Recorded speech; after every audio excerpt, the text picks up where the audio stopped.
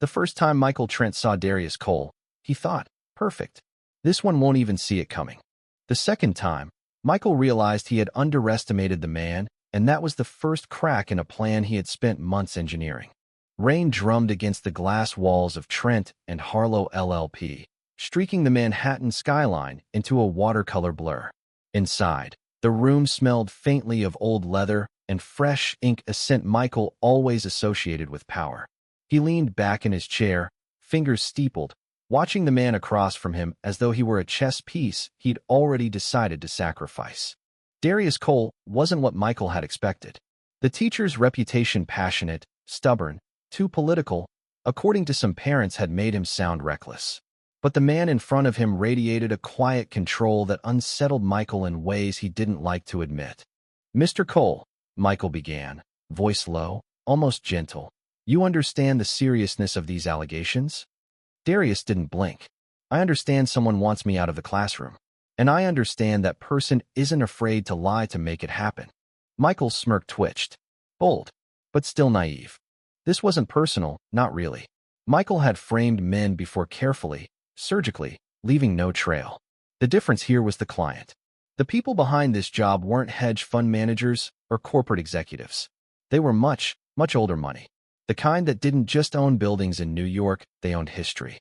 The file in Michael's drawer contained the seeds of Darius's professional destruction. Doctored emails suggesting inappropriate communication with a student, financial evidence linking him to activist groups accused of radicalizing youth. All of it perfectly legal-looking, all of it designed to hold up in court. But what Michael didn't know, what he couldn't have known, was that Darius Cole had a file of his own. And inside it was something worth more than both their lives combined. It had started 3 months ago, in a Brooklyn classroom with peeling paint and a flickering overhead light. Darius was teaching To Kill a Mockingbird to a room of restless teenagers, aware of every sideways glance, every phone screen lighting up. "Why do you think Harper Lee made Atticus Finch a white lawyer defending a black man?" he asked, pacing slowly. A girl in the back raised her hand. "So white people would actually read it." The class laughed, but there was a sting in the truth. Darius nodded. "Exactly. Sometimes, to tell the truth, you have to use a voice the audience will listen to." He didn't know there was already a voice preparing to silence his.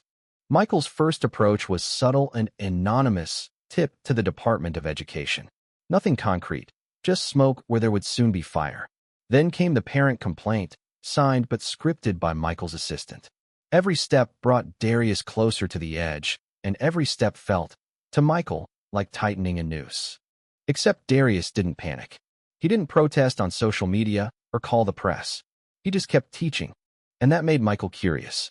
One night, long after the office had emptied, Michael poured himself a glass of scotch and opened the encrypted folder on his laptop. There it was again, that one name buried deep in Darius's history, a name Michael recognized from whispers at exclusive fundraisers, from the kind of conversations that stopped when someone like him entered the room. Evelyn Carrington. To most of the world, she was a philanthropist. To Michael's clients, she was an untouchable queen, head of a family that had bankrolled campaigns, toppled rivals, and buried scandals for generations. And somehow, Darius Cole had been her student 20 years ago. Michael leaned back, the ice in his glass melting slowly. Coincidence? Maybe. But in his world, coincidence was a story amateurs told themselves. The break came on a Tuesday morning. Darius arrived at his school to find his classroom locked, the principal waiting with 2 uniformed security officers. "Mr. Cole, we need to speak with you," the principal said, eyes darting anywhere but his face. They led him to an empty conference room and slid a manila folder across the table. Inside, screenshots, bank statements, a grainy photograph of him at a rally. Darius closed the folder without a word. "You're suspended pending investigation," the principal said softly. Michael expected him to lash out, to call a lawyer. He expected fear, desperation, the usual dance. What he didn't expect was for Darius to walk calmly out of the building, into the cold New York air, and disappear for 3 days. When he resurfaced, it wasn't at home. It was in the lobby of Michael's own office. "Mr. Trent," Darius said, stepping forward with the confidence of a man who'd been here before. "We need to talk." Michael almost laughed. "About what?" "About Evelyn Carrington," Darius said, his voice ablaze. For the first time in years, Michael felt something he didn't like, a shiver of genuine fear. From that moment, the hunt changed. Michael was no longer the only predator in the room. Darius knew things about the Carrington family's past that could shatter reputations and land powerful people in prison. And he wasn't afraid to use them. The man Michael had thought was prey was suddenly holding the kind of weapon you couldn't bury in a court filing. And worst of all, Michael didn't know how much of it was true. Michael Trent prided himself on never being the one caught off guard. Yet here he was, in his own office, staring at a man he had been dismantling piece by piece, a man who should have been on the defensive, begging for mercy and feeling the faint tremor of the floor shifting beneath him. He gestured to the leather chair across from his desk. Sit. Darius didn't. Instead, he wandered toward the window, hands in his pockets, looking out at the mist curling around the skyscrapers like a ghost no one could catch. Nice view. I wonder if Evelyn still has the same one from her penthouse uptown. Michael studied him. Every word out of Darius's mouth was deliberate, weighted. You've met her. Darius's lips curved into something that wasn't quite a smile. She was my mentor once, before she became what she is now. That wasn't an answer. And in Michael's world, an unanswered question was as good as a confession. For the next 20 minutes, their conversation was an intricate dance not of words, but of silences. Darius hinted at things without naming them, and Michael tested for weaknesses without showing his hand. It was the kind of conversation where you didn't know who was winning until one of you walked away bleeding. Finally, Darius leaned on the edge of the desk, eyes locked on Michael's. I know you were hired to bury me. I know who paid you. And I know why. Michael's pulse didn't change, but inside, the gears turned faster. Do you? I also know, Darius continued, that if I go public with what I have, Evelyn Carrington's empire burns. And every name tied to her, including the people who write your checks, goes down with it. It was a direct hit, but Michael had been in too many knife fights to let the blade sink in. If you had something that explosive, you'd have used it already. Darius didn't flinch. I didn't need to. Until now. 3 floors below, in the marble lobby, a man in a black raincoat waited on a bench, reading the Wall Street Journal. He wasn't here for Michael or Darius, not exactly. He was here for whoever walked out of that office alive, figuratively or otherwise. That night, Michael called his client. The voice on the other end was slow, measured, each word landing like a judge's gavel. Mr. Trent, the client said, we trusted you to make this problem disappear quietly. I can still do that, Michael said. But your teacher friend isn't playing by the usual rules. He's claiming to have dirt on Carrington. The pause that followed was long enough to tell Michael 2 things. The claim was dangerous. It might be true. Handle it, the client said finally. And for God's sake, don't get curious. Curiosity was a dangerous word for Michael. He had built his career on feeding it just enough to find leverage, but never so much that it turned into obsession. With Darius, though, something was different. The man wasn't just surviving the attack, he was counterattacking in a way that suggested he knew the terrain better than Michael did. So Michael did something he rarely did. He dug deeper than the job required. It started with Evelyn Carrington's public records, sanitized charity profiles, smiling gala photographs, political endorsements. Then came the sealed court documents, hidden by layers of legal red tape only someone with Michael's skill could slice through. And there it was. A case from 1998. Names redacted, charges dropped, witnesses unavailable. But the timeline lined up perfectly with Darius Cole's last year of high school. Michael's mind flashed to the way Darius had said, before she became what she is now. And for the first time, Michael considered the possibility that this wasn't about money or politics, it was about survival. 2 days later, they met again. This time, it was Darius who chose the location, a dimly lit diner in Harlem. The kind of place where the smell of fried chicken clung to the walls and the booths had cracks in the red vinyl. You eat here often? Michael asked, sliding into the seat across from him. Only when I need to talk to someone who doesn't deserve good food, Darius said flatly. Michael chuckled despite himself. I'll take that as a compliment. You shouldn't. A waitress poured coffee without asking. The steam curled between them like the tension in the air. I'm going to tell you a story, Darius said, wrapping his hands around the mug. You won't believe it. That's fine. But you're going to remember it, because once you know it, you're part of it. Michael leaned back, letting the man talk. In 1998, I was a scholarship kid at Westmont Academy. Evelyn Carrington ran a mentorship program there. She picked me out of a crowd, said she saw potential. And for a while, I thought she meant it. She paid for my books, got me into summer programs. She introduced me to people I'd only seen on TV. Darius's voice hardened. Then one night, she introduced me to someone else. A man whose name I didn't know at the time, but who now sits on the board of 3 major banks and donates millions to the same political campaigns Carrington supports. That night, in her penthouse, she closed the door and walked away. And I realized I wasn't there as her student anymore. Michael felt his stomach tighten. I got out, Darius said, his eyes fixed on the black surface of the coffee. Barely, but I saw enough.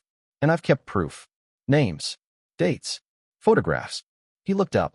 You understand what that means, Michael? If I go down, I'm taking her and everyone tied to her with me. Michael didn't show it, but he understood perfectly. This wasn't leverage. This was a loaded gun in a crowded room. And someone had just handed it to him. Later that night, back in his apartment, Michael stared at his reflection in the bathroom mirror. The city hummed beyond the glass, indifferent to the war brewing in its shadows. He had 2 options. Finish the job, destroy Darius, collect his fee, and pray the Carrington secret stayed buried. Switch sides, use the information to dismantle the people who had been untouchable his entire career. Both options carried the same risk. Once you touched that secret, it touched you back. 3 days later, Michael walked into the Carrington Foundation's annual charity gala. He wore the same calm, predatory expression he'd worn in every courtroom, but inside, the storm had already started. Somewhere in the crowd, Evelyn Carrington stood in a silver gown, shaking hands, smiling for photographs. And across the room, Darius Cole was watching her and him with the unblinking focus of a man who had stopped running. Michael knew then that the endgame had already begun. The Carrington Foundation's gala was a performance, and everyone in the room knew their role. Champagne flutes clinked, photographers snapped shots that would appear in glossy magazines, and polite laughter covered the quiet negotiations happening in every corner. Michael Trent had attended enough of these to know the script. Smile, shake hands, make small talk that meant nothing but positioned you for something bigger. But tonight, the script was already broken. He wasn't here to network. He was here to choose a side. Across the ballroom, Evelyn Carrington's smile cut through the crowd like a diamond edge. She was in her 60s now, but the years had done nothing to dull her beauty or the steel in her presence. She was the kind of woman who made people step aside without realizing they were moving. And then there was Darius Cole, standing alone near the bar, his posture loose but his eyes sharp. He wasn't dressed for this world. His suit was clean but modest, a shade darker than the room's tone of extravagance, yet he carried himself like someone who had as much right to be there as anyone else. Michael took a slow breath, weaving through the crowd. When he reached Evelyn, she turned with that perfectly calculated warmth she reserved for people she needed to own. Michael Trent, she said, her voice honey over glass. How's my favorite closer? Michael smiled as if he hadn't already seen her name buried in a sealed court file. Always working. Her eyes flickered with approval. That's why you'll never starve in this city. They made small talk for a few minutes, but both of them knew it was foreplay verbal positioning before the real conversation. Then Evelyn leaned in slightly, lowering her voice. I hear our teacher friend has been difficult. Michael let the silence stretch just long enough to register. He's more resourceful than I expected. Her smile didn't move, but her eyes sharpened. I trust that won't be a problem. Michael sipped his champagne. That depends. Evelyn's eyebrow arched. On what? He glanced toward the bar where Darius still stood, then back to her. On whether you want him destroyed quietly or erased entirely. It was a dangerous thing to say, but Michael wanted to see her reaction. She didn't flinch. Quietly, she said, we don't make martyrs. We make ghosts. An hour later, Michael found Darius outside on the balcony, the city spread out beneath them like a glittering chessboard. You look like a man trying to remember which piece he is, Darius said without turning. Michael stepped beside him. Maybe I'm the board. Darius snorted. Nobody's the board. Not even her. She just thinks she is. They stood in silence for a moment, the wind cutting sharp between them. She wants you gone, Michael said finally. No scandal. No noise. Just gone. Darius's jaw tightened. And you? I haven't decided yet. Darius turned to face him fully. You think you're still deciding, but you've already picked a side. The second you learned the truth, you stopped working for her and started working for yourself. The question is whether you have the guts to admit it. That night, Michael couldn't sleep. His mind kept circling the same question. Was he willing to burn the bridge to the people who had made his career? By dawn, he had his answer. The plan took shape over the next week, not as a clean legal maneuver, but as a layered trap designed to turn the Carrington machine against itself.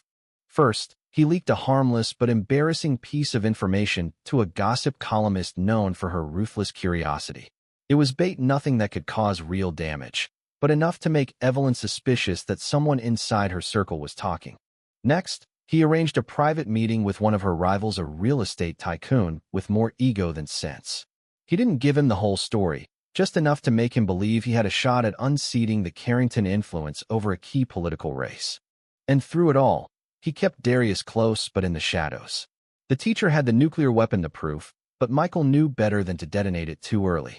The trick was to make Evelyn panic, to force her into a move she couldn't take back. The move came faster than he expected.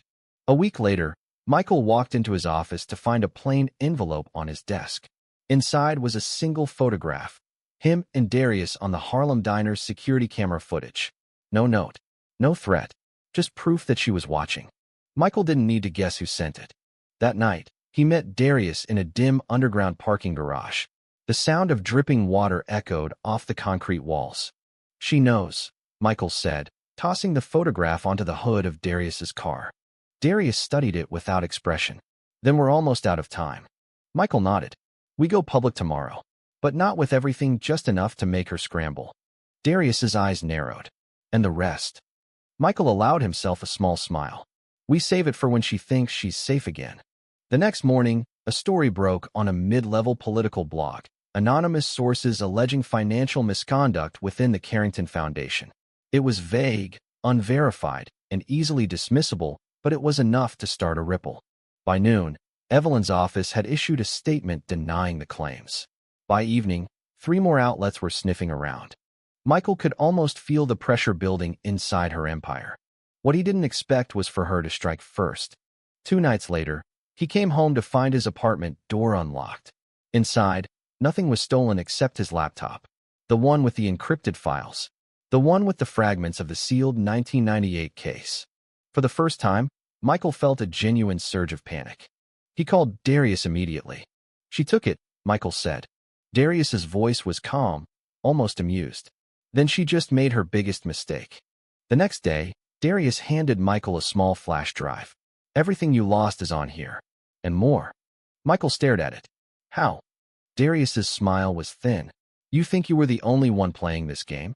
On that drive, in addition to the proof he'd already seen, was something new, a video. Grainy, time-stamped 1998, showing Evelyn Carrington in her penthouse, speaking to the man Darius had mentioned and saying words that could ruin them both. Michael felt the gravity of it instantly. This wasn't just leverage. This was the kind of evidence people vanished over. That night, they made their move. Michael delivered the flash drive to a journalist he trusted, one who had been waiting years for a story like this. They agreed to hold it for 48 hours, enough time to prepare for the storm. The plan was simple. Let Evelyn know they had it. Give her the chance to step down quietly, and if she refused, release it to the world. But in Michael's gut, he knew Evelyn Carrington wasn't the type to step down. The call came just after midnight. Evelyn's voice was low, almost intimate. "You disappoint me, Michael." "I'm sure I'm not the first," he said evenly. "I could still make this go away," she said. "For both of you." Michael glanced at Darius, who was sitting across the room, watching him. "Some things don't go away, Evelyn. They just get buried until someone digs them up." Her silence was brief but heavy. "Then I suppose I'll see you in the dirt."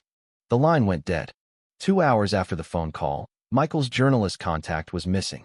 It happened between the time she left her office in Midtown and the time she was supposed to meet him in Queens. Her phone went straight to voicemail. Her apartment showed no signs of entry, but her car was found idling in an alley with the driver's door wide open. Michael didn't need a detective to know Evelyn had moved first. Darius sat in the corner of Michael's apartment, staring at the rain streaking the windows. "We should have gone public the moment we had it." "And then what?" Michael snapped. We'd have a story nobody believes and a corpse the police wouldn't investigate. Darius's gaze was steady. People believe when they see it with their own eyes. By morning, the rules had changed. The Carrington network was no longer playing to protect their image, they were playing to destroy. Michael's bank account froze without explanation. Darius's landlord served him with an eviction notice citing safety concerns. Anonymous cars idled outside both of their buildings. They were running out of time. Michael made the call he'd been avoiding. The man who answered had a voice like cigarette smoke and old grudges.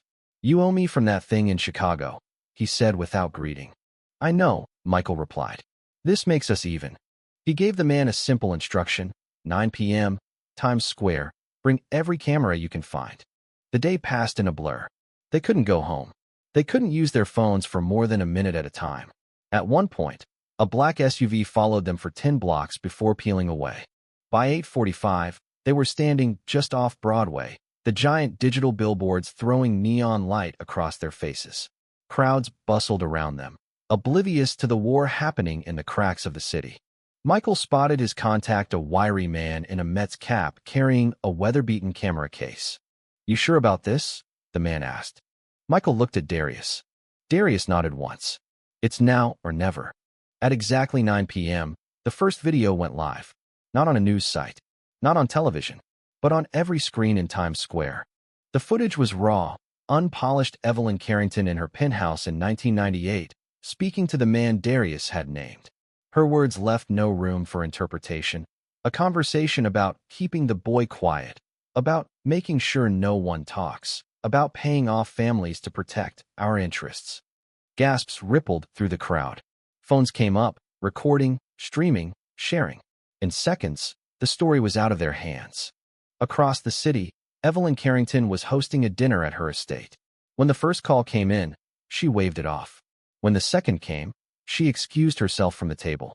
By the third, she had locked herself in her study and was staring at the footage playing on her own television. For the first time in decades, Evelyn Carrington looked afraid. But fear doesn't stop power, not right away. Within an hour, her lawyers were on every major network calling the footage a malicious fabrication. Within 2, her allies in the city council were condemning the unprovoked attack on a respected philanthropist. Michael knew the counterspin would be fast and vicious. That's why the second part of the plan was already in motion.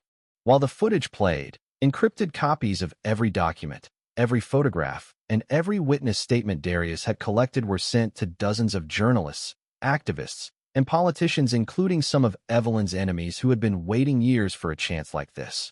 It was too much to bury. Even the most loyal Carrington allies couldn't stop all of it. The first break came 48 hours later. The missing journalist resurfaced, escorted by federal investigators. She was alive, shaken, and ready to testify about the threats she'd received. By the end of the week, 3 members of Evelyn's board had resigned. A senator quietly returned a campaign donation, and Evelyn herself was served with a subpoena. Michael and Darius watched it all unfold from a dingy motel room in Queens, the muted TV flickering with their victory. "You think she'll actually face trial?" Darius asked. Michael shook his head. "Not for everything she's done, but enough." Darius leaned back, exhaling slowly. "It's never the whole truth that comes out. Just enough to change the air people breathe." Michael glanced at him. "And you? You could disappear now. No one would blame you."